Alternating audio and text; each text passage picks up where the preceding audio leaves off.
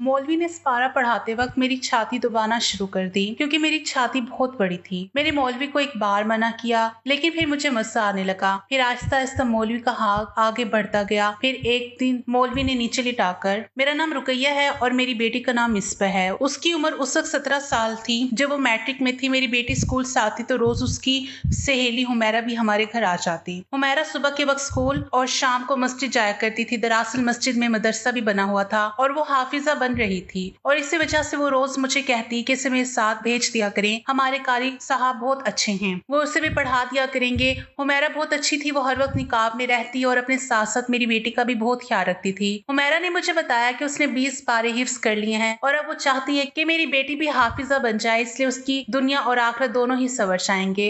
हुमैरा की तो बात बिल्कुल ठीक थी, मगर मैं अभी मिसबा को मदरसा नहीं भेजना चाहती थी।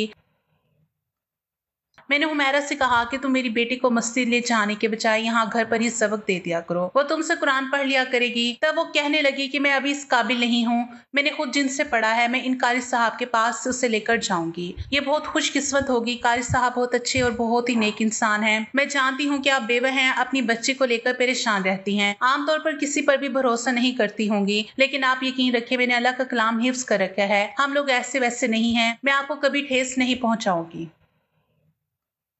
मैं उसकी बात सुनकर मुतमईन हो गई थी। उसने मुझसे कहा कि कल से ये कारी साहब के पास पढ़ने जाएगी, तो आपको कोई इतराज तो नहीं होगा? मैंने कहा नहीं बेटी, मुझे भला क्या इतराज हो सकता है, मैं कभी तुम पर शक नहीं करूंगी। तुम मेरी बेटी को जहां ले जाओ। मैं क्या जानती थी कि हुमैरा का कसूर ही ना हो, आगे मेरी बेटी के कसीम में लिखी काली किसके चेहरे पर लगकर ही रहेगी। मैंने अपनी बेटी को जाने की इजाजत दे दी। अगले ही दिन वो बुरखा ओढ़कर मौलवी साहब के पास पढ़ने चली गई। मेरी बेटी बहुत शरीफ सी थी, मगर जब से वो मस्जिद जाने लगी थी, शाम को आकर अक्सर खोई खोई से रहने लगी थी। एक शाम तकरीबन 5 बज गए थे, अभी तक मेरी बेटी नहीं आई थी। मुझे परेशानी होने लगी कि वो अभी तक आई क्यों नहीं। मैंने हुमैरा को फोन किया कि मेरी बेटी घर क्यों नहीं आई। वो कहने लगी कि आज मौलवी साहब इसे ज्यादा सबक पढ़ा रहे थे, इसी वजह से इसे देर हो गई होगी। आप फिक्र नहीं करें, मैं इसको लेकर ही घर आऊंगी। हुमैरा ने मुझे तसल्ली दे दी थी। मेरी बेटी शाम की 6 बजे घर दाखिल हुई तो वो बहुत थकी थकी सी लग रही थी। उसके चेहरे पर नजर पड़ते ही मुझे लगा जैसे बहुत ज्यादा थक गई हो। क्या हुआ है बेटी, मैंने उसे संभालते हुए कहा, तो वो लखड़ाती हुई सोफे पर बैठ गई। अम्मा मुझे पानी लाकर दो, उसने थकी हुई आवाज में कहा था।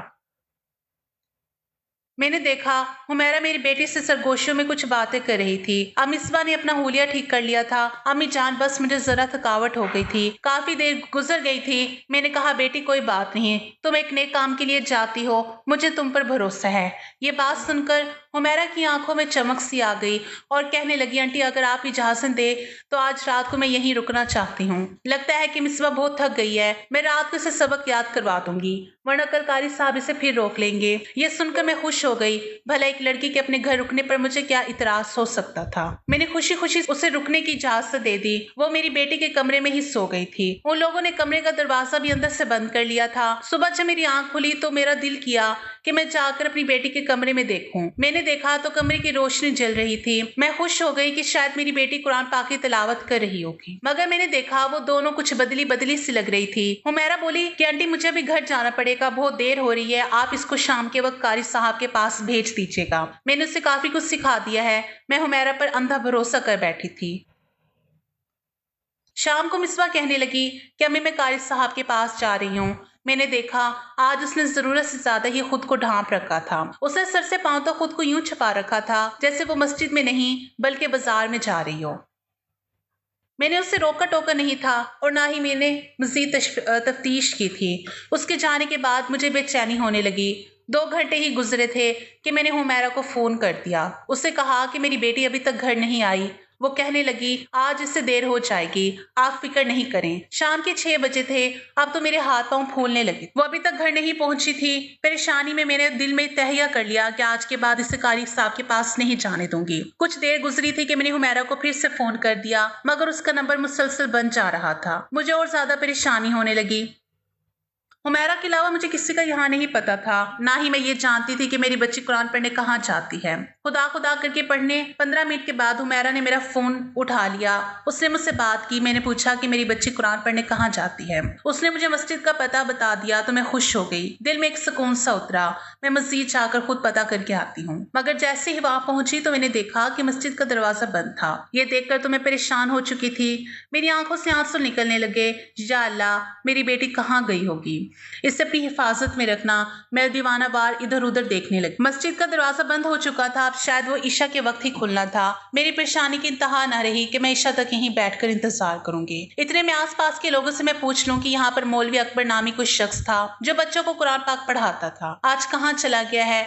यही सोचकर मैं बैठी हुई थी। वहां से एक आदमी गुजरा, मुझे देखकर रुक गया। पूछने लगा, क्या बात है, आप यहाँ पर क्यों बैठी हैं। मैंने उसे सारी बात सुना दी। उसे कहा कि मौलवी अकबर के पास मेरी बेटी पढ़ने के लिए आती थी। आज वो घर नहीं गई, इसलिए मैं यहाँ पर आ गई हूँ। मौलवी अकबर को ढूंढ रही हूँ। मुझे मौलवी अकबर नहीं मिल रहा है। ये सुनकर वो थोड़ा घबरा गया। उसने हैरत से मुझे देखा और फिर बोला, आप मौलवी अकबर के पास अपनी बच्ची को पढ़ने के लिए भेजती थी। वो बहुत हैरत से मुझसे ये सवाल कर रहा था। जी हाँ, पढ़ने के लिए ही भेजती थी, वरना मैं अपनी जवान बच्ची को मस्जिद में क्यों भेजती। आपको तो पता है आजकल के हालात इतने खराब हैं। बहन, आपको ये मशवरा किसने दिया कि मौलवी अकबर के पास अपनी बेटी को भेजें।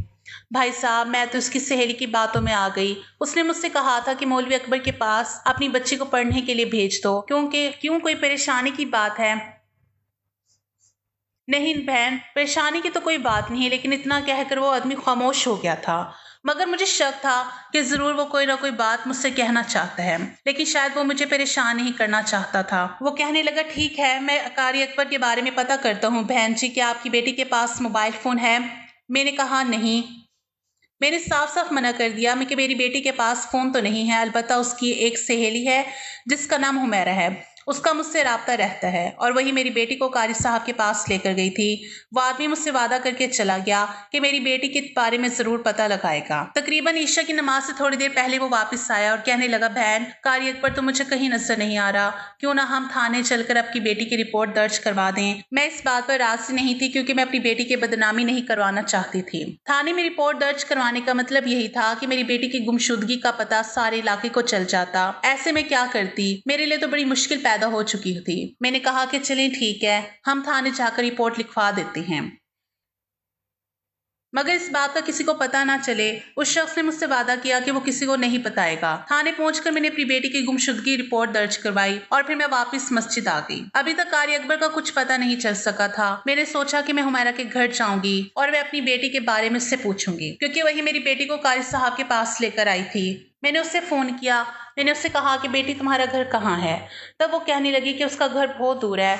मुझे उसकी बात सुनकर उस पर शक हुआ था कि वो मेरी बेटी को कारी साहब के पास छोड़कर खुद कहीं और चली गई थी। फिर मैंने उससे पूछा कि तुम्हारा घर कहाँ है, मैं तुम्हारे घर आना चाहती हूँ। उसने मुझे घर आने से साफ मना कर दिया। कहने लगी, मेरे अम्मी अब्बू सो रहे होंगे, मैं नहीं चाहती कि आप उनको तंग करें, मैं कल आपसे मिलूंगी। इतना कहकर उसने नंबर बंद कर दिया था। मगर मुझे परेशानी हो रही थी कि हुमैरा मुझे अपने घर का पता क्यों नहीं बता रही।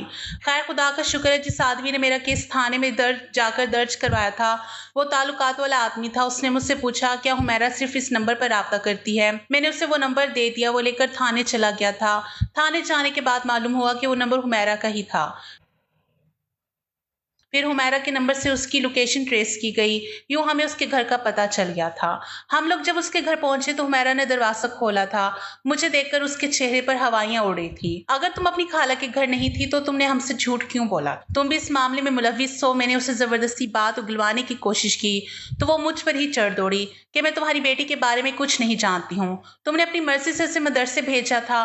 मैं तो तुम्हारी बेटी का भला सोच रही थी। मुझे क्या पता था कि तुम मेरे पीछे ही पड़ जाओगी। रही बात कारी अकबर की, तो मैं तुम्हें बता दूं, मैं तुम्हारी बेटी की जिद करने पर कारी अकबर के पास लेकर गई थी। मैंने पुलिस को बताया कि ये लड़की सरासर झूठ बोल रही है। उसने मुझे कहा था कि कारी अकबर उसका भी उस्ताद है, इसने इसी से कुरान पाक की तालीम मुकम्मल की है। मैंने तो कुरान पाक का आज तक एक भी पारा नहीं पढ़ा। क्यों आप झूठ बोल रही हैं। उस लड़की ने ये बात की तो मेरा दिमाग चकरा गया था। मैंने पुलिस वालों को बताया कि इसने अपना हाफिजा कुरान होने का दावा किया था। बस फिर क्या था, पुलिस ने उसे जेल जाने की धमकी दी तो उसने सब कुछ उगल दिया। कारी अकबर का पता भी दे दिया, उसका नंबर भी हमारे हवाले कर दिया। हमारे पास सिर्फ अकबर का फोन नंबर और उसके घर का पता था। पुलिस ने तफ्तीश की तो मौलवी अकबर का नंबर ऑफ जा रहा था। और ये बात भी बड़ी हैरानकुन थी कि मौलवी अकबर तो शहर की मस्जिद में पढ़ाता था, वो हमारे गांव की मस्जिद में नहीं पढ़ाता था।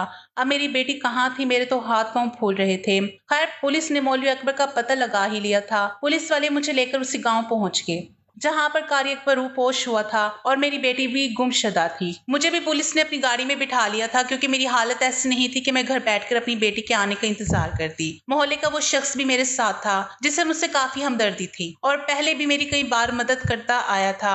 मैं उस फरिश्ते के साथ बैठे कारी अकबर को ढूंढने निकल पड़ी थी। कारी अकबर को ढूंढना बहुत मुश्किल था। बिल आखिर हम उसके ठिकाने पर पहुंच गए थे।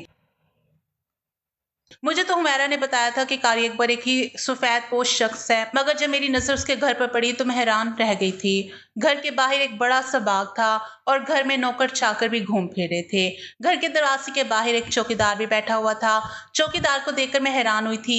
कारी अकबर के तो कई मुलाजिम थे जिनसे वो अपनी खिदमतें करवाता था, फिर उसे इतनी मामूली सी फीस पर मेरी बेटी को कुरान पाक पढ़ाने की क्या पड़ी थी। हम लोगों ने घर के दरवाजे खोलने की कोशिश की। चौकीदार ने कहा कि कारी अकबर ने इस बात की इजाजत नहीं दी, आप इनका इंतजार करें, वो आएंगे तो आपसे खुद ही बातचीत कर लेंगे। मुझे लग रहा था कि कारी अकबर पुलिस को देखकर भाग जाएगा, मगर ऐसा नहीं हुआ। कुछ देर बाद हमारी उससे मुलाकात हो गई थी। मैं उसकी इत्मीनान और ढिठाई पर हैरान थी। वो मेरी बच्ची के गुम होने का जिम्मेदार था। कारी अकबर मेरे सामने बैठा था। उसे देखकर मैं हैरान रह गई।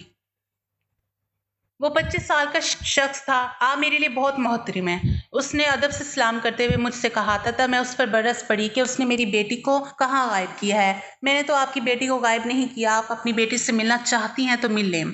कारी अकबर की बात सुनकर मुझे धचका लगा था। कहाँ मिलूं और कैसे मिलूं? वो तो शाम के बाद मस्जिद से आई ही नहीं है। मैं बहुत परेशान हूँ। खुदारा ऐसा ना करो, तुम्हारे घर में भी माँ बहनें होंगी, तुम्हारी माँ भी होगी, तुम्हें ऐसा करना जेब नहीं देता। तुमने मेरी बेटी को तालीम की गर्ज से बुलाया था, फिर तुमने ऐसा क्यों किया है? अकबर ने मेरी बात सुनकर कोई खास असर नहीं लिया। देखिए, अगर आप अपनी बेटी से मिलना चाहती है तो मिल लें, लेकिन मैं इसे यहाँ से जाने की इजाजत नहीं दे सकता। अकबर की ढिठाई और उसकी जुर्रत देखकर मेरी आंखें फटी की फटी रह गई थी। तुम होते कौन हो मेरी बेटी को रोकने वाले? मैं उसे खुद मिलूंगी। बेशक वो आपकी बेटी है, लेकिन अब वो आपसे नहीं मिलेगी। उसने सब कुछ बता दिया है। आप उस पर जुल्म करती हैं। आपकी बेटी आपके मुजालिम से और आपकी हरकतों से तंग आकर मेरे पास पनाह लिए हुई है, इसलिए आप इसे चाहें भी तो नहीं लेकर जा सकती हैं। मैं अदालत में आप पर केस करूंगा। आपने अपनी बेटी पर जुल्म किया है और जुल्म के खिलाफ आवाज उठाना उसका हक है। उसने ये बात करके मुझे हैरान परेशान कर दिया था। मैंने पुलिस वालों को कहा कि ये झूठ बोल रहा है, मगर वो ऐसा दिखावा कर रहा था जैसे वो सच बोल रहा हो। मैंने उसे अपनी बेटी से मिलने की दरख्वास्त की। मैं जानती थी कि जब मैं अपनी बेटी से मिलूंगी तो वो मुझे की सारी हकीकत बता देगी और मेरे साथ चल पड़ेगी। फिर अकबर को पुलिस गिरफ्तार करके ले गई। मुझे अपनी बेटी से पूरी उम्मीद थी कि वह ऐसा ही कहेगी। शायद वह इस दरिंदे से डर गई होगी क्योंकि ये उसे अगवा करके लाया था, लेकिन जब मैं अपनी बेटी से मिली तो उसके चेहरे पर अपने लिए नाराजगी देखकर मैं हैरान रह गई थी। अम्मी, आप मेरे पास क्यों आई हैं? मैं अपनी मर्जी से यहाँ आई हूँ। मैंने अकबर से निकाह कर लिया है। अब ये मेरे शौहर हैं। ये जैसा कहेंगे मैं वैसा ही करूंगी। अपनी बेटी की ये बात सुनकर मेरे सर पर तो एक पहाड़ टूट पड़ा था। मैं अपनी बेटी को फटी फटी आंखों से देखने लगी। ये तुम क्या कह रही हो? मैंने तुम्हारे साथ ऐसा क्या जुल्म कर दिया कि तुम इस लफंगे के साथ मिलकर मुझे जलील करके यहाँ चली आई हो? अम्मी, आप तमीज से बात करें, इन्हें लफंगा मत बोलें। वो मेरा शौहर है। मिसबा के मुंह से ये अल्फाज सुनकर हैरान रह गई थी। मैंने उसे एक जोरदार थप्पड़ रसीद किया था। तुम ऐसा कह भी कैसे सकती हो? सिर्फ निकाह करने से ये आदमी तुम्हारा शौहर नहीं बन सकता। मेरी भी मंजूरी जरूरी है।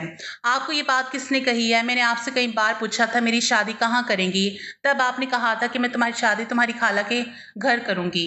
आप अपने चक्करों में थी क्योंकि खाला का बेटा सरकारी जॉब करता था, मगर मुझे अकबर से ही शादी करनी थी। मैं अपनी बेटी की बातें सुनकर बहुत हैरान थी। मुझे तो यकीन नहीं आ रहा था। अब मैं हुमैरा से पूछना चाहती थी कि उसने मेरी बेटी को अकबर के चक्करों में क्यों फंसाया था और एक हफ्ते बाद ही वो अकबर के साथ भाग निकली थी। मगर हुमैरा ने जो बातें मुझे बताई उन्हें सुनकर मुझे हुमैरा से और अपनी बेटी से नफरत होने लगी। भला अपनी माँ को कोई इतना बड़ा धोखा कैसे दे सकता है? मैं सोच भी नहीं सकती थी। अकबर इसकी तरफ नजर उठाकर नहीं देखता था। अकबर कभी कभी तबलीगी जमात के साथ हमारे गाँव आता था। इस बार भी कुछ दिन के लिए आया तो मैं हुमैरा मेरी बेटी को उसके पास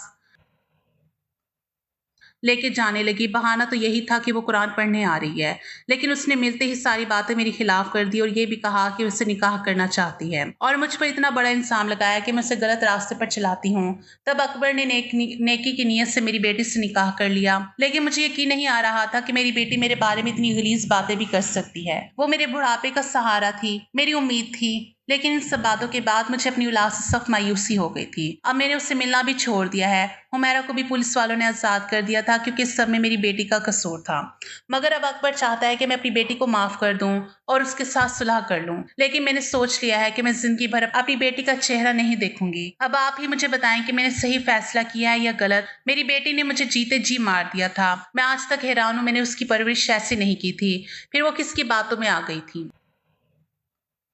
मुझे आपकी राय का इंतज़ार रहेगा कि इस उम्र में मुझे क्या करना चाहिए। तो ये थी हमारी आज की स्टोरी। आप लोगों को अच्छी लगी है तो प्लीज़ वीडियो को लाइक कीजिए, हमारे चैनल को भी सब्सक्राइब कीजिए और कमेंट बॉक्स में अपनी राय का इज़हार ज़रूर कीजिए। शुक्रिया। अल्लाह हाफ़िज़।